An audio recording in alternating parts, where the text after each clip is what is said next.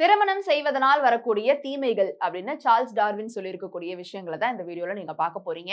Already திருமணம் செய்வதனால் வரக்கூடிய நன்மைகளும் அவர் சொல்லியிருக்கிறாரு. அதை பத்தியும் ஒரு தனி வீடியோ போட்டிருக்கிறோம். இது திருமணத்தினால் வரக்கூடிய தீமைகள் அப்படின்ற ஒரு ரிசர்ச், அவருடைய ரிசர்ச் தான். So Charles Darwin, father of evolution, இவர் வந்து நேச்சுரல் செலக்ஷன் மூலியமா நம்ம எவல்யூஷனுடைய தியரி இது எல்லாத்தையுமே வந்துட்டு ரிசர்ச் பண்ணி அதை பத்தி நமக்கு சொன்னவர்.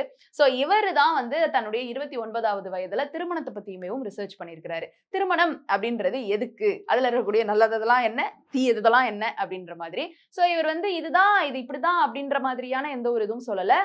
லைக் நல்லதும் கொடுத்திருக்காரு, தீயதும் கொடுத்திருக்காரு. இதுல நீங்க சூஸ் பண்ணிக்கோங்க என்ன வேணும் அப்படின்ற மாதிரி தான். சோ நல்லதுல நான் ஒரு சின்ன பிட் சொல்றேன். என்னன்னா நிறைய அப்கோர்ஸ் குழந்தைங்க, ஒரு மனைவி, ஒரு கணவன், வீடு, நல்ல ஒரு குடும்பம் இதெல்லாமே கிடைக்கும் தான் அப்படின்னு சொன்னவரு சொல்லிட்டு, என்னதான் இவ்வளவு நன்மைகள் இருந்தாலும் வாழ்நாள் ஃபுல்லா வந்து ஆண்மை நீக்கப்பட்ட ஒரு தேனி மாதிரி எதையோ நோக்கி நான் ஓடிக்கிட்டு இருக்கிறதுக்கு எனக்கு அந்த மாதிரி ஒரு உடன்பாடு இல்ல அப்படின்ற மாதிரி சொல்லிட்டு, ஒரு புறமும் அவர் என்ன சொல்லியிருக்கிறாருன்னா, ஒரு அழுக்கு வீட்டுல தனியா இருக்கிறத பத்தி யோசிச்சு பாருங்க. இல்ல ஒரு நல்ல வீடு, சோஃபா செட்டு, குழந்தைங்க, மனைவி, மன நிம்மதி இப்படிலாம் இருக்கிறத பத்தி யோசிச்சு பாருங்க அப்படின்னுமேவும் அவர் வந்து சொல்லியிருக்கிறாரு. சோ இப்போ திருமணம் செஞ்சுக்கிறதுனால வரக்கூடிய தீமைகள் அப்படின்ற டாபிக்ல அவர் சொல்லியிருக்கிறது என்னன்னு பாத்தீங்கன்னா, எங்கனாலும் நம்மளால சுதந்திரமா போக முடியாது அப்படின்றதுதான். சோ இத வந்து திருமணம் செய்யறதுனால வரக்கூடிய தீமைகள் அப்படின்றது பாக்குறதை விட திருமணம் செய்யாமல் இருக்கிறதுனால இருக்கக்கூடிய நன்மைகள் அப்படின்னு நம்ம பாத்துக்கலாம்.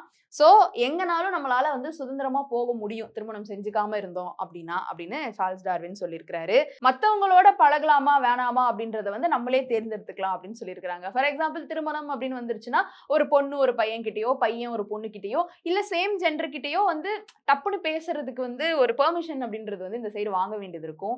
இந்த பிரச்சனை வந்துரும், அந்த பிரச்சனை வந்துரும் அப்படி யாராவது வந்து பொசசிவ்னஸ்லயோ இல்ல வந்து கண்ட்ரோல் அப்படின்றதெல்லாம் வரதான் செய்யும். அப்படி இல்லாத ஒரு பார்ட்னர் கிடைக்கிறாங்கன்னா அது ஒரு வெல் அண்ட் குட் தான். ஆனா அந்த மாதிரி ஒரு விஷயம் இப்படி நடக்கும் அப்படின்றதுனால நம்ம யார் கூட பேசணுன்றதை நம்மளே டிசைட் பண்ணிக்கலாம் அப்படின்னு சொல்லிட்டு சார்ல்ஸ் டார்வின் சொல்லியிருக்காரு. திருமணம் செஞ்சுக்காம இருந்தோம்னா கிளப்ஸ்லாம் வந்துட்டு புத்திசாலி மனிதர்களுக்கு இடையேயான உரையாடல் இருக்கும் அப்படின்னு சொல்லப்படுது. ஏன்னா திருமணத்தினால வந்து ரொம்ப ஃபீல் பண்ணி கிளப்புக்கு வரதை தாண்டி தனிமையில வர்றவங்க வந்துட்டு ரொம்ப புத்திசாலித்தனமான உரையாடல் வச்சுப்பாங்க அப்படின்ற மாதிரி சொல்றாரு. அடுத்ததா உறவினர்களை பார்க்க போகும்பொழுது சின்ன சின்ன விஷயத்துக்கும் வளைந்து கொடுக்கணும்ன்ற அவசியம் இல்லை அப்படின்னு சார்ல்ஸ் டார்வின் சொல்லியிருக்கிறாரு. திருமணம் அப்படின்னு வந்துருச்சுன்னா அந்த மாதிரி உறவினர்கள்லாம் பார்த்தா வந்து ஏதாவது பேசிட்டு இருப்பாங்க இல்லையா, அப்பெல்லாம் நம்ம அப்படியே அட்ஜஸ்ட் பண்ணி வளைஞ்சு கொடுத்துலாம் போகணும்.